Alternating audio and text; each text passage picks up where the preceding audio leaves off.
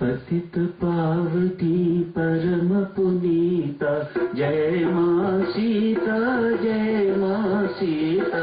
पतित पावनी परम पुनीता, जय मां सीता, जय मां सीता। पतित पावनी परम पुनीता, जय मां सीता, जय मां सीता। पतित पावनी परम पुनीता, जय मां सीता, जय मां सीता।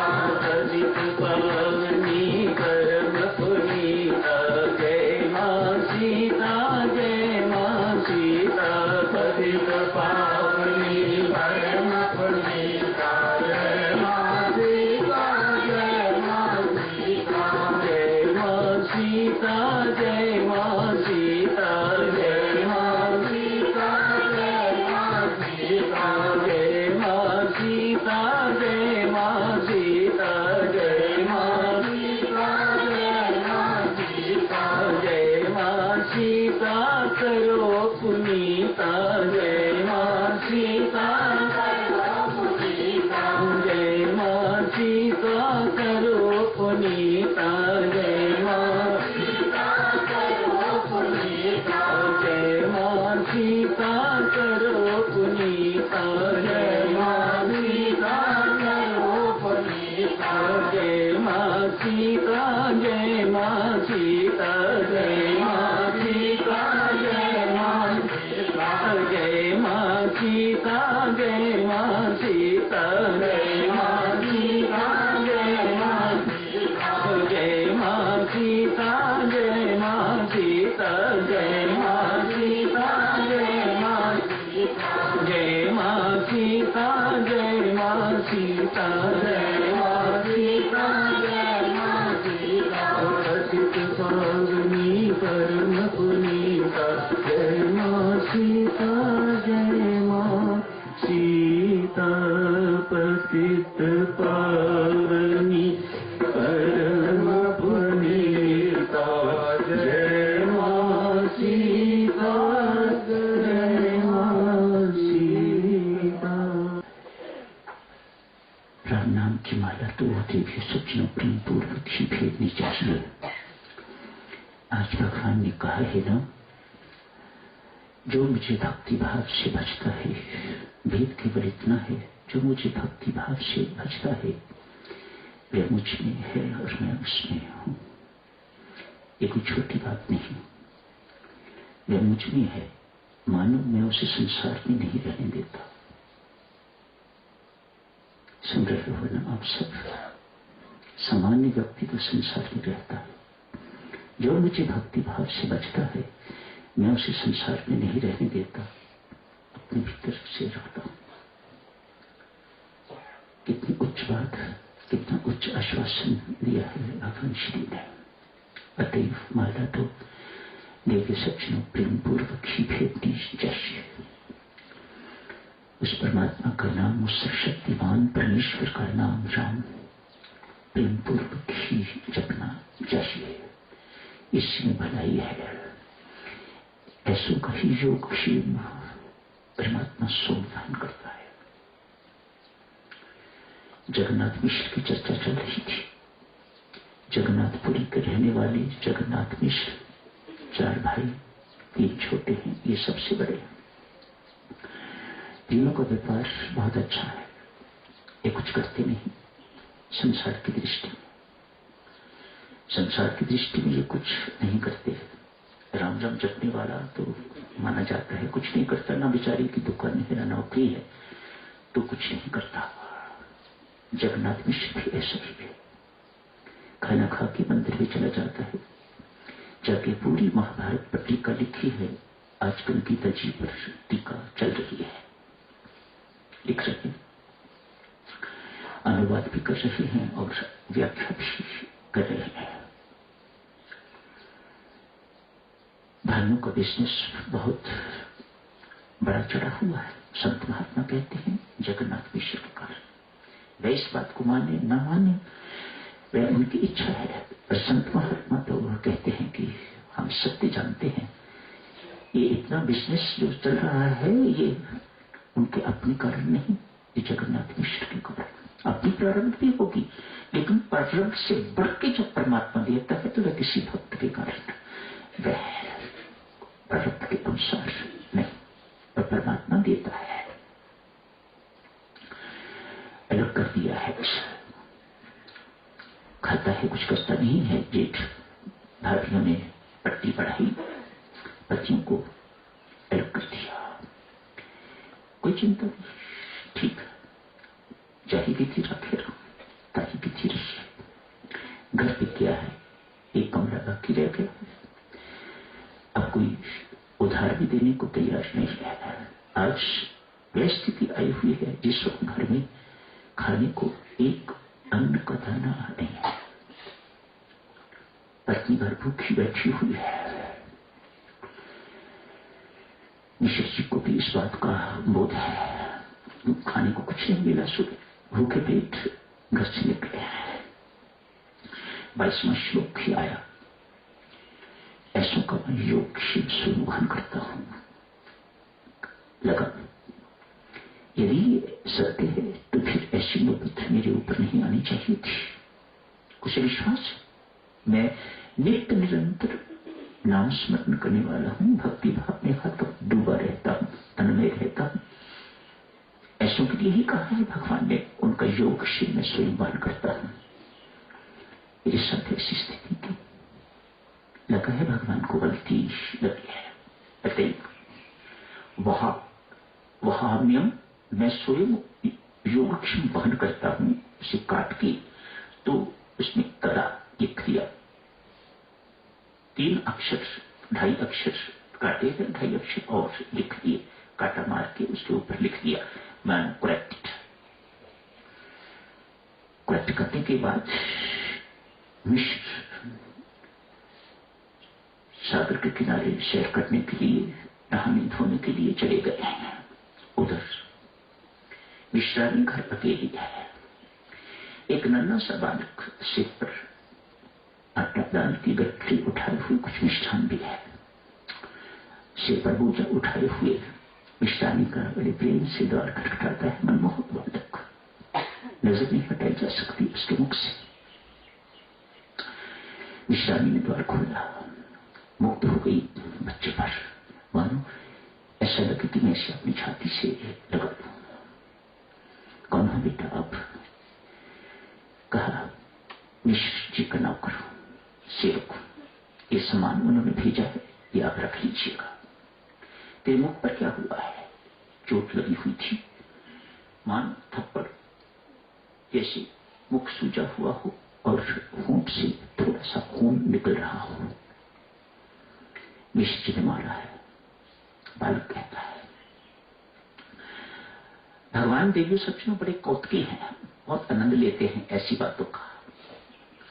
मिश्र ने मारा है, थप्पड़ मारा मेरे मुख पर, देखो मेरे मुख से, मेरे होंठ से खून निकल रहा है, आप भूल हो गई, ये सामान कहां रखो? बालक पूछता है। देखो कितनी सरलता, कितनी मासूमियत, सारे जहान का मालिक सिर पर सामान उठा के आया हुआ है, पूछ रहा है मिश्रानी जी ये सामान कहां रखो? ये भगवान की कृपा है, चमत्कारी कृपा है उसकी, कैसा स्वभाव है परमात्मा का। मिश्रानी जी सामान कहां रखो? सामान पकड़ के रख लिया। जाने लगे, अंतर्धान होने लगे तो वो कहा मिश्र जी पूछे कौन सामान दे दिया है? तो कहना वही सेवक जिसके आपने हड़ताल लगाई थी, वही सामान दे गया है। जगन्नाथ मिश्र लौटे, सामान रखते हुए रोटी बनने लग गई, लेकिन मिश्रानी अभी भी बहुत क्रुद्ध है। द्वार खोला, द्वार खोलते ही टूट पड़ी मिश्र जी पर, बूढ़े हो गया, सकता है, शर्म नहीं आती। एक नन्हा सा बालक, इतना मासूम बालक, इतना कोमल उसका मुख, क्यों थप्पड़ मारा? कह रहा था, मैं नौकर हूं मिश्र का, शर्म नहीं आती तुम्हें ऐसा उससे व्यवहार करते। जगन्नाथ मिश्र बात है, मिश्रानी क्या बात कर रही, मेरा कोई नौकर नहीं, मैंने किसी को थप्पड़ नहीं मारा, मैंने किसी को सम्मान देकर नहीं भेजा। एक क्षण लगा मिश्र को समझते, जिनके नाम पर हड़ताल लगाई थी वह गीताचार्य भगवान श्री कृष्ण स्वयं सम्मान दे गए। मन ये कहते हूं जो मैंने लिखा है वह ठीक है, गलत नहीं है। उसी वक्त ठीक किया, काट के ठीक किया। तो खाना बनाया।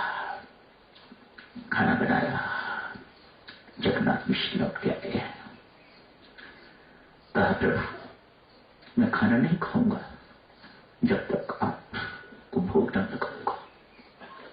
ये मेरे से विश्रामी बहुत भाग्यवान है, इसे आप दर्शन दे गए हो, मैं ऐसी रह गया। परमेश्वर की करती में देवियों सज्जनों, जो भी कोई गलती निकलता है या उसका बड़ा गहरा भुगतान भुगतता है, उसकी करनी में कभी गलती न सोचनी न कभी निकलनी, इसमें निकलनी। अतएव देरी, इतनी देरी भी सजा है। मिश्रानी को पहले दर्शन दिए हैं, अब इसके बाद क्या होता है। खाना बनाया है, मिश्रानी से बैठे इंतजार कर रहे हैं, आओगे भोग लगाऊंगा तो खाऊंगा, नहीं तो नहीं खाऊंगा, तेरा प्रसाद। भगवान श्री उसी रूप में बालक बन के आए, वो ठीक है, अब निशान नहीं है। जो ऊंट कटा हुआ था वह भी सब ठीक हो गया हुआ है, बिल्कुल नॉर्मल होके आए हैं। माने जो हड़ताल लगाई थी, जो काटा था वह ठीक हो गया तो ठीक हो गया। कहा मिश्र जो लिखा है ठीक लिखा है, गलत नहीं लिखा। तुम्हें आश्वासन हो गया ना, विश्वास हो गया ना इस बात का। हाँ, अब जिंदगी में तुम्हें कभी घाटा नहीं पड़ेगा। भगवान श्री अंतर्धान हो गया। तीनों के तीनों व्यापारी भाइयों को घाटे पड़ने शुरू हो गए, कखपति हो गए, कखपति हो गए तीनों के तीनों भाई। आए मिश्र के मत्था टेका, पैरी पहना किया, प्रणाम किया, कहा हमें नौकर रखो, नहीं मालिक बन के रहो लेकिन भजन पाठ करो। देवी सज्जनों, इस भजन पाठ को कभी नकारा नहीं समझना, कभी गौण नहीं जिंदगी में मानना। संसार में जो भी कुछ किसी को मिलता है वह भजन पाठ के कारण मिलता है। वह कैसे विश्वास दिलाऊं आपको।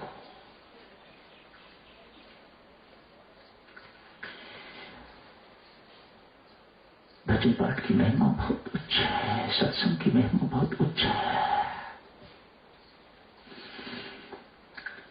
ये लखपति कब कखपति हो जाए कुछ नहीं कहा जा सकता। कौन बचाएगा? भजन पाठ बचाएगा। आइए अगली बात शुरू करते हैं। बहुत वर्ष पहले की बात नहीं, जगन्नाथ मिश्र की बहुत पहले की बात नहीं है, मुंबई की बात है। एक भक्त किसी वक्त लखपति थे, आज कखपति है। भक्तों के साथ भी सब कुछ होता है, प्रारब्ध तो भक्त के साथ भी है ना। वह प्रारब्धहीन तो नहीं है, वह भी तो अपनी प्रारब्ध लेके आया हुआ है। आज कखपति हो गया है, सो व्हाट, लेकिन भजन पाठ नहीं छोड़ा। मानो बाहर से गरीब है, अंदर से माला माल है। बात तो अंदर की है ना। अंदर क्या है? अंदर से माला माल, नाम की कमाई है। राम राम जपता है, प्रेम पूर्वक जपता है। जिस किसी के साथ भी कोशिश करता है काम खोलने की, नौबत इस प्रकार की आ गई है कि मैं किसी के साथ कारोबार अपना खोल लूं। जिस किसी के साथ भी खोलता है उसको भी घाटा पड़ता है। मुस्कुरा के कहता है, वाह राम, लगता है तुझे मेरा नाम याद हो गया है। जिस किसी के साथ लगता है उसको भी घाटा पड़ जाता है। मुझे तो घाटा पड़ता ही है, लेकिन जिस किसी के साथ मेरा नाम जुड़ता है उसको भी घाटा पड़ जाता है। मुस्कुरा के कहता है, परमात्मा ऐसा लगता है तुम्हें मेरा नाम याद हो गया है, मानो प्रसन्न है। परमेश्वर से क्या प्रार्थना करता है? प्रार्थना अर्थात बातचीत है ना।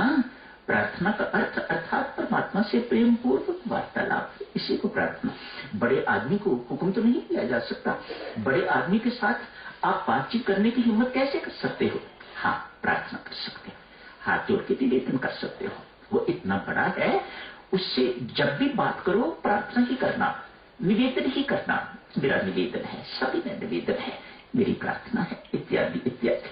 उससे बातचीत करने की, जैसे मित्र एक दूसरे के साथ करते हैं, कैसे हिम्मत कर सकता है कोई? एक सहेली दूसरी सहेली के साथ करती है, देवरानी जेठानी के साथ करती है, कैसे हिम्मत कर सकता है उस परमात्मा के साथ इस प्रकार से बातचीत करने का? तो प्रार्थना, क्या प्रार्थना करता है? कहता है, प्रभु मैं ये नहीं कह रहा कि मेरी गरीबी मिटा दो, मुझे दुख सिर्फ इस बात का होता है जिनसे मैंने ऋण लिया हुआ है, जब वो मांगने के लिए आते हैं तो मैं दे नहीं पाता, तो मुझे बहुत कष्ट होता है, मुझे उलाहने देते हैं। ये उलाहने मेरे से सुने नहीं जाते। उलाहने भी क्या, और कर भक्ति, और पढ़ अमृतवाणी का पाठ कर, जा सत्संग में, जा श्री राम शरणम, इत्यादि इत्यादि। ये उलाहने सुनने पड़ते हैं तो मुझे दुख होता है। एक दिन प्रार्थना की, 2 दिन प्रार्थना की, तीसरे दिन एक व्यक्ति आया है, कोई कहीं का लाला है, आके कहा, सेठ ये 3000 रुपया रख, मुझे टोपियां बनाती, कोई टोपियों का व्यापार होगा, उसका बनवाता होगा, बनाता होगा, जो कुछ भी करता था। कहा इस 3000 रुपए की टोपियां बना दे, मेरा पता जानने की जरूरत नहीं, 1 महीने के बाद आऊंगा, टोपियां ले जाऊंगा। सच्ची कथाएं हैं देवियों, कोई ऐसी कहानी आपको नहीं सुनाई जा रही जो बनाई हुई हो, सच्ची कथाएं हैं, शास्त्र में लिखी हुई वर्णित कथाएं, आप बीती जैसी होती है। 3000 रुपया देके चले गए, मेरा पता पूछने की जरूरत नहीं, मैं खुद ही आऊंगा, 1 महीने के बाद आऊंगा और आकर टोपियां ले जाऊंगा। उन 3000 रुपये में क्या चीज थी परमात्मा ही जानता है। माला माल हो गया ये सेठ। कहानी लिखने वाले कहते हैं सेठ मर भी गया, लेकिन टोपियां लेने कोई नहीं आया। योगक्षेम मैं वहन करता हूं, जो निरंतर विश्वास पूर्वक निष्काम भाव से मेरा भजन पाठ करता है, जो मेरे से जुड़ा रहता है, भीतर से जुड़ा रहता है, सिमरन के माध्यम से, सतत स्मरण के माध्यम से मेरे से जुड़ा रहता है, उसका योगक्षेम मैं स्वयं वहन करता हूं। जारी रखेंगे साधकजनों इस चर्चा को और आगे। अनेक संदेह नहीं करना। बंदा सोचे मैं किया, करना और करता है। एक भक्त की भावना होनी चाहिए, मात्र भावना नहीं, विश्वास होना चाहिए। आप सामान्य बंदे नहीं हो। बंदा सोचे मैं किया, करनहार करता, तेरा किया ना होवेगा, होवे होवनहार। एक प्रत्यक्ष परमात्मा दिखाता है साधकजनों साधकों को, बाकी बंदे तो ठीक है। तो यही समाप्त करने की इजाजत दीजिएगा। कल योगक्षेम की चर्चा को और आगे जारी रखेंगे। धन्यवाद।